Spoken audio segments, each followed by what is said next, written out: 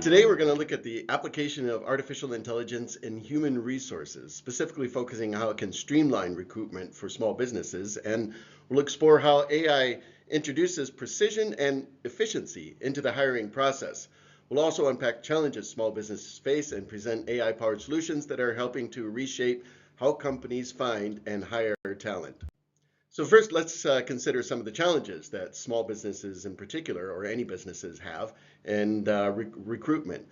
So we call one aspect the Resume Avalanche, where digital platforms create a flood of applications, forcing HR's teams to spend the majority of their time on initial low-value screening.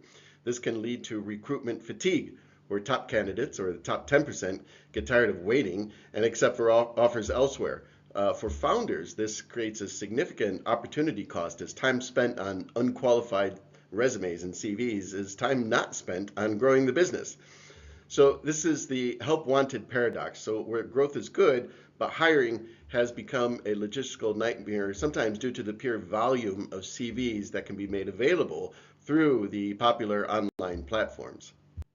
So beyond this resume avalanche, where candidates use oftentimes a spray and pray approach to making applications, there are other systemic flaws in the system, and one of these is unconscious bias. So humans, especially when overworked, are prone to biases that can lead to a lack of diversity in the business, where the cookie cutter formula is often applied because there is very little time for the HR team or the HR individual or the business owner to think beyond the box, to think outside the box and think about what sort of how diversity can help enhance the team's capabilities and provide strength to the business. So first of all, or furthermore, there's the opportunity cost with this phenomenon, and also with the data from showing that HR teams can spend up to 60% of their time just on the initial screening process. So this leaves only 40% for strategic tasks and detailed selections, and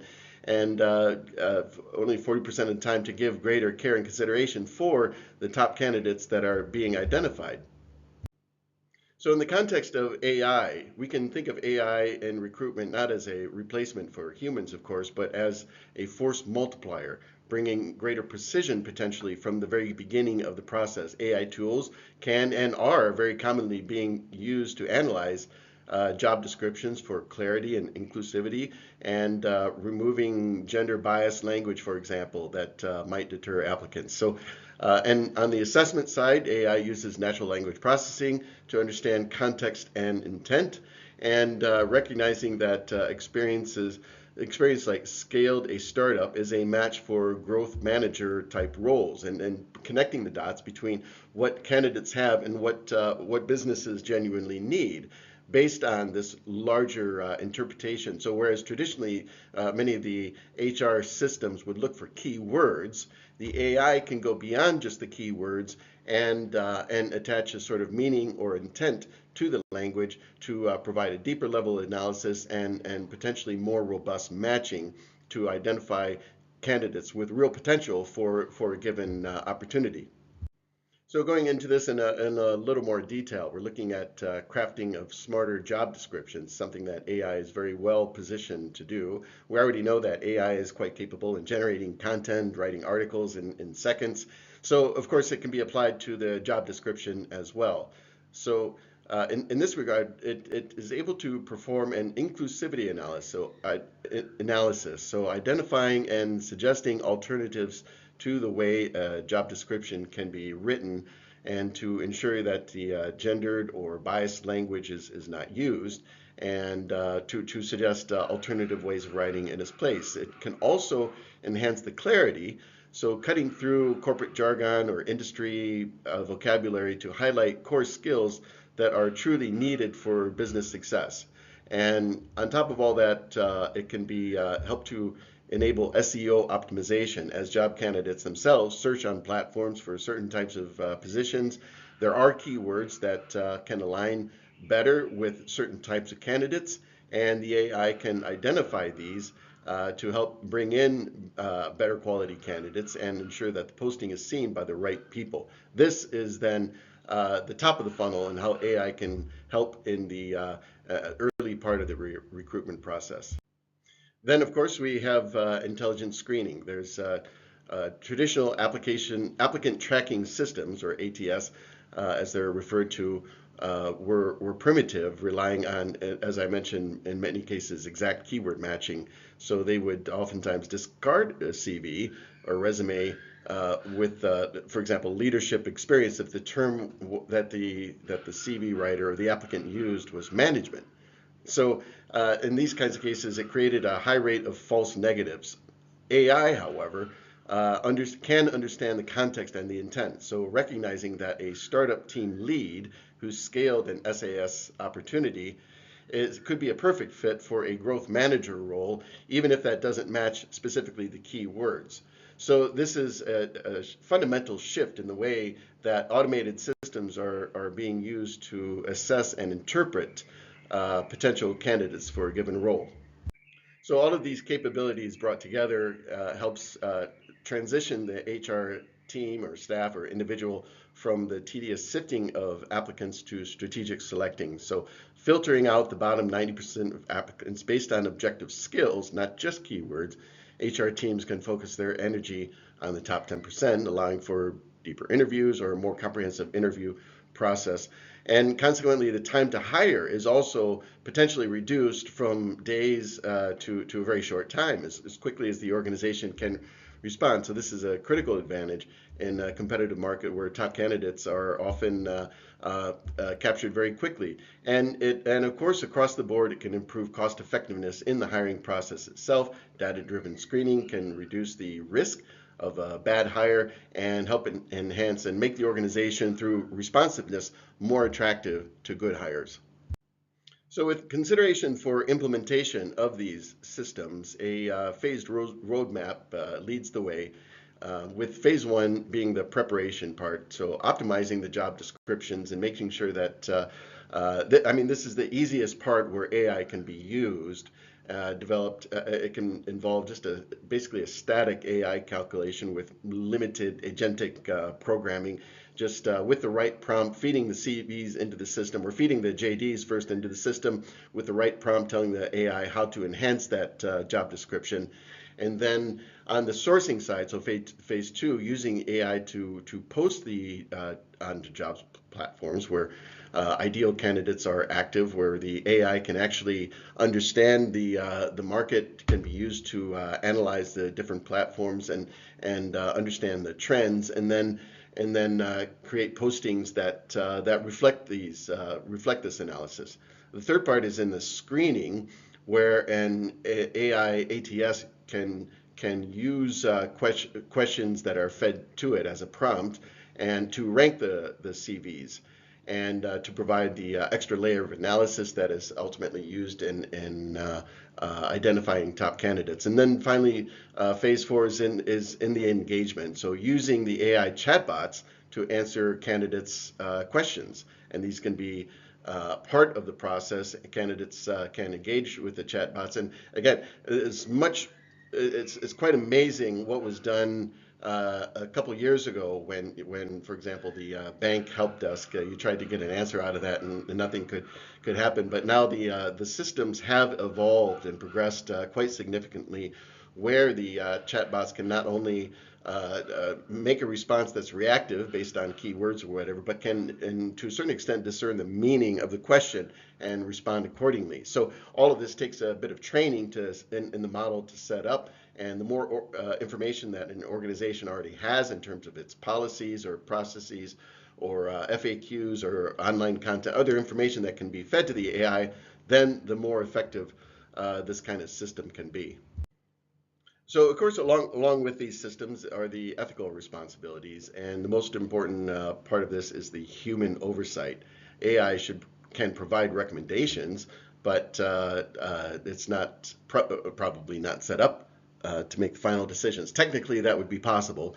Then the business itself, of course, needs to have a human in the loop to oversee the AI and to actually make the final decision. So Transparency is also an important part of the process, to be open with candidates about the fact that a business is using AI, and that the benefit to the hirees is potentially faster response times and more thorough answers to their inquiries without having to wait in queue, or send an email, or wait online, or not even get a response on a call. Quite often is the situation. So having that in place can benefit both the business and the employees, but that there needs to be transparency in the systems that are put in place and what those benefits are. And finally, it's important to conduct bias audits. The business, again, having the human in charge, it needs to be someone who understands the AI, what are the potential problems that can result from using AI, and make sure that the AI is not disproportionately filtering in certain kinds of